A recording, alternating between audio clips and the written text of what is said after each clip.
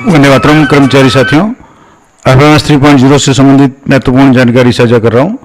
राजस्थान सरकार वित्त और कोष लेखा विभाग की तरफ से एक महत्वपूर्ण परिपत्र 2 दिन पहले 19 तारीख को जारी हुआ है और जिसका विषय है राजस्व संग्रहण हेतु ई ग्रास के स्थान पे FMS 3.0 के अंतर्गत विकसित रेवेन्यू मैनेजमेंट सिस्टम RMS को सभी विभागों में लागू किए जाने के संदर्भ में। अब आपको पता है कुछ दिन पहले भी ये इस तरीके का लेटर परिपत्र जारी हुआ था जिसमें चुनिंदा 2-3 विभागों में ई ग्रास की जगह RMS लागू किया गया था, लेकिन आगामी आने वाले दिनों में सभी विभागों के लिए जो भी राजस्व संग्रह है, किसी भी तरह का चालान बनाना है तो वो अब ई ग्रास पे नहीं बनेगा, उसकी जगह RMS पे बनेगा। क्या नियम है और किस तरीके से बनेगा, संपूर्ण जानकारी मैं आपको दूंगा। तो वित्त विभाग द्वारा एकीकृत वित्तीय प्रबंधन प्रणाली यानी FMS के माध्यम से पारदर्शिता, सुगमता और शुद्धता स्थापित करने के उद्देश्य से FMS 3.0 के अंतर्गत राज्य सरकार के विभागों PD हेड जो भी संचालक है उनके वेतन, कार्मिकों के अन्य भुगतान और बजट है, पेंशन है, केंद्र प्रायोजित जो भी योजनाएं हैं SNA, स्पर्श वगैरह है, अर्न एडवांस सैलरी वगैरह है, इन सब के लिए वेंडर रजिस्ट्रेशन वगैरह सभी के लिए FMS 3.0 पे प्रोसेस या मॉड्यूल्स वगैरह उपलब्ध है। इसी क्रम में राज्य सरकार के राजस्व संग्रहण हेतु यानी जो भी राजस्व यानी रेवेन्यू का संग्रहण होता है किसी भी तरीके से, या सरल भाषा में कहें तो जो चालान वगैरह थे उनके संबंध में, तो ई ग्रास के स्थान पे रेवेन्यू मैनेजमेंट सिस्टम यानी RMS को 21/1/2026 को लागू किया गया था। यानी 21 जनवरी से 3 विभागों में लागू किया गया था। कौन से विभाग थे? Boiler and factory and boiler विभाग, लेबर विभाग और SIPF डिपार्टमेंट। तो पिछले 1-2 वीडियो मैंने बताया भी था कि SIPF के जो भी चालान वगैरह जो अब बन रहे हैं या रिकवरी के चालान हैं, GPF अगर मान लो कम कटौती हुई है, RGSS की कम कटौती हुई थी, उसके चालान है वो सारे इस RMS के जरिए ही बने थे।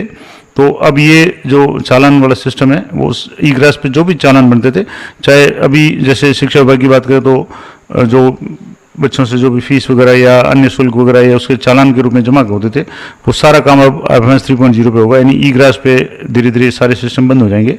अब इसके लिए जो ट्रायल वर्जन के रूप में या ट्रायल के रूप में 21 जनवरी से जो 3 विभागों में लागू किया गया था उसको अब सभी विभागों के लिए दिनांक 16 तक किया गया था।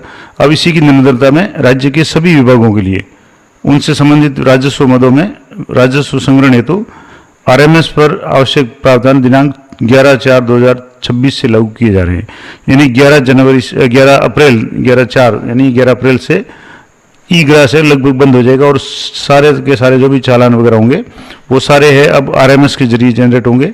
तो ये महत्वपूर्ण जानकारी है। अब इसमें समस्त विभागों के लिए जमाकर्ताओं को यानी जो भी जमा करता है, जैसे किसी को भी कोई चालान बनाना है तो चालान जनरेशन और HO या HOD या TO वगैरह से संबंधित जो भी सेवाएं हैं जो वर्तमान में ई ग्रास पोर्टल पर उपलब्ध है वो RMS पर ही उपलब्ध होगी। और ई ग्रास पोर्टल है जो वर्तमान में सुविधाएं उपलब्ध नहीं रहेंगी, यानी ई ग्रास पोर्टल है धीरे धीरे बंद हो जाएगा। सारे जैसे पे मैनेजर से सैलरी वगैरह के सारे जो सिस्टम है, TA का है या अन्य जो भी सिस्टम जो सैलरी संबंधित जितने भी थे पे ग्रास पे थे, पे मैनेजर पे थे, अब सारे FMS 3.0 पे आ गए। उसी तरीके से ई ग्रास पे जो भी चालान वगैरह आप बनाते थे अब वो सारे के सारे चालान अब ई ग्रास की बजाय आपको RMS पे बनाने पड़ेंगे और ये 11/4/2026 से लागू हो जाएगा। कुछ जो 3 विभागों में ट्रायल रूप में था अब सभी विभागों के लिए लागू हो जाएगा।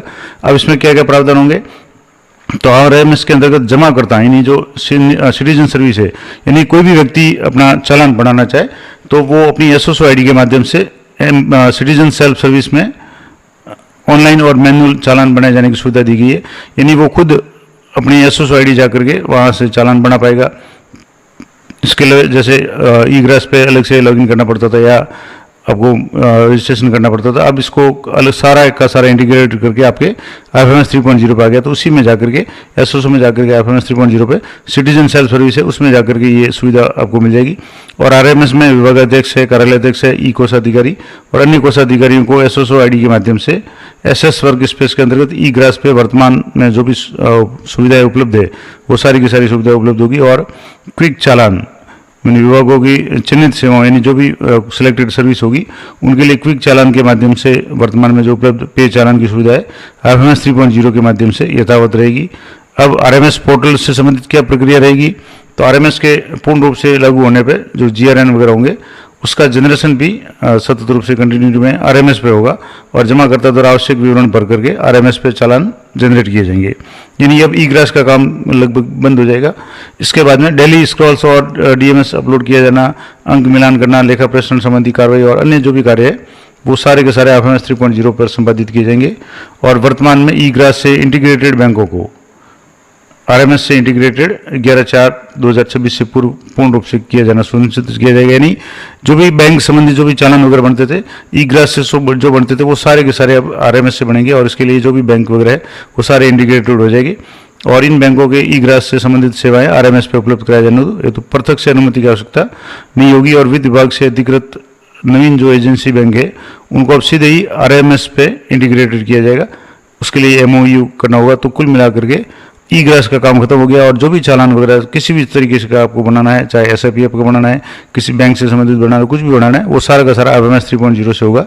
और आरएमएस को सभी विभागों जिसमें सभी बजट मद सहित पूर्ण रूप से लागू किए जाने पर ई ग्रास पे राजस्व संग्रहण संबंधित सेवाएं उपलब्ध नहीं रहेगी। यानी जिस तरीके से वर्तमान में पे मैनेजर है वो अब एक तरह से इनएक्टिव हो गया, उस पर कोई भी सेवा लगभग नहीं है। एक लास्ट जो टीए बिल वाली थी वो भी अब आरएमएस 3.0 पर आ गई है।